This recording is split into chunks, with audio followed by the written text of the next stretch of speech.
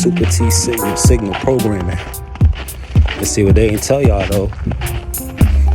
That the falling away was double. It was a double falling away. People fell away on the left and the right. What you hear, and particularly Orthodox Christianity, is about the falling away that pretty much takes place on the right. The falling away takes place on the right hand side, like on the right side. This falls under Orthodox religion. The great falling away, people falling away from the faith, etc. But on the other side, what makes the marriage so integral to the dual falling away is that you leave two of the most important facets of the left and right hand path without being dogmatic. What do I mean by this? I mean that the only thing that is really left of Christianity that can really authenticate itself in this time, not that the Most High needs any authentication or he doesn't need our endorsement. However, Revelation does say in red print, behold, I am making all things new. So accepting the newness of what the Most High allows, we have to see the traces of what is left after the falling away. What is left either on the branches, or what is the fruit that is lying on the ground? What's the low-hanging fruit? What's the high-hanging fruit? What it is what was left over from religion was faith. Some people would also call it belief. But it's without a middleman, because the demiurge has been broken in this crossover as we enter into the era or the age of the dragon, if you subscribe to the zodiacal outlook. Faith is you believing in the unseen. That's faith. In this belief entails your thinking, your words, and your actions. So that's the holy trinity of faith. The true holy trinity of faith within each individual. What makes belief work? Your thoughts, your deeds, and your actions have to be based on something that you do not yet have physically. We have enough distractions where if we fall into autopilot, we won't even get our thoughts there, let alone our words and our actions. They won't be prolonged. Or we'll get just the thoughts and we won't get down to really proclaiming it and talking about it and giving it any kind of life outside of our head, so it gets stuck in our head. Or it'll be something that we just say, it's lip service, but we never put any actions. We never take any real tangible steps. So we end up in a closed loop of a dream with no opening. So this is how you can shut off faith if you leave any one of the three factors out of faith: your thoughts, beliefs, and actions in faith. Jesus was saying in the Gospels, to anyone who believes received.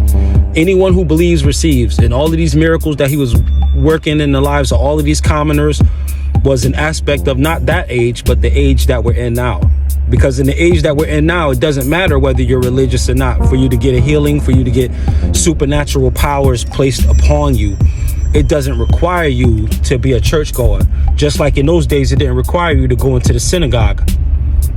But in the days of the Old Testament, you had a much deeper tie-in, a much deeper soul tie to religious ceremony or liturgy. And this is what connected a person to the idea of power expressing itself. It came through ceremony and ritual, but as prescribed. Now, you can touch the hem of his garment and get a healing. Right? Now, you can just say, oh, no, master, I'm not worthy for you to come into my house. Just speak the word from where you at, and we'll pass the healing along. I'll tell this person to tell this person to tell this person to tell this person that they healed, and they'll be healed. That was the one act where Jesus said, you know what? In all of Israel, I haven't even seen faith as great as this. Not only do they not need me as a healer to go and touch the infirmed, not only do they not need me even in the presence of the infirmed, but they don't need any contact at all, but just hearsay. If I say that they're healed, they're going to tell the next person to tell the next person, because that's what the Roman officer said. He said, look, I got soldiers under me. I got people who report to me, and I give reports to people. If I say to this one, do this, they'll do it. So if I tell them that you said they are healed, then they'll be healed. The faith was twofold. I want to comment on one, because nothing like that was done before. And then two, because it was passed along. It was passed along through word. This is what was not done before in the faith. So it was astonishing. It was through word of mouth only. And word had to get back, where it said, at that very same hour, the servant became well. It's the kind of faith where your discipleship and your discipline shows itself before the needed miracle. See, before the needed miracle, this guy was already operating in order. He was explaining the order that he's operating under, that, look, yes, I have things organized. I trust that if you tell me to do this and that, I trust my team. They'll be able to execute this. We move as one. We're all on the same page.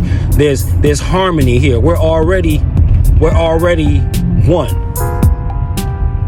So if you give anybody in my unit the healing, whoever gets it can be trusted to pass it along to the recipient. This is what's left of religion. And I speak of Christianity and possibly / Judaism in that regard. And being the fact that it's Abrahamic, and him being assigned as the father of all those who have faith, you can possibly even say it might be Islamic also. The trinity of the Abrahamic faith. Now for the left-hand side, what's left over? Without scrutiny, not much. How many bad reports came out about satanic cults? How many celebrities are being tied to wild accusations that are only connected and associated with dark levels of ritual? And none of those things are surviving, seeing that they're all rolling over on each other. This is what the scripture said, that there would be social cannibalism, that the people who represent darkness, they would all eat each other. They would go cannibal. You're probably waiting for a zombie movie to pop off.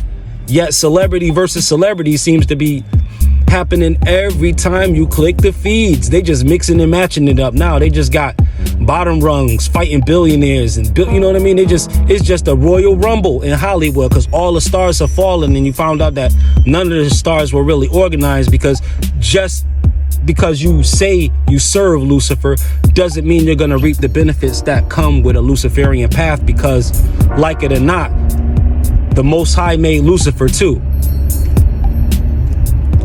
And yes, he is an angel. And yes, angels operate with a higher sense of order and organization than humans do.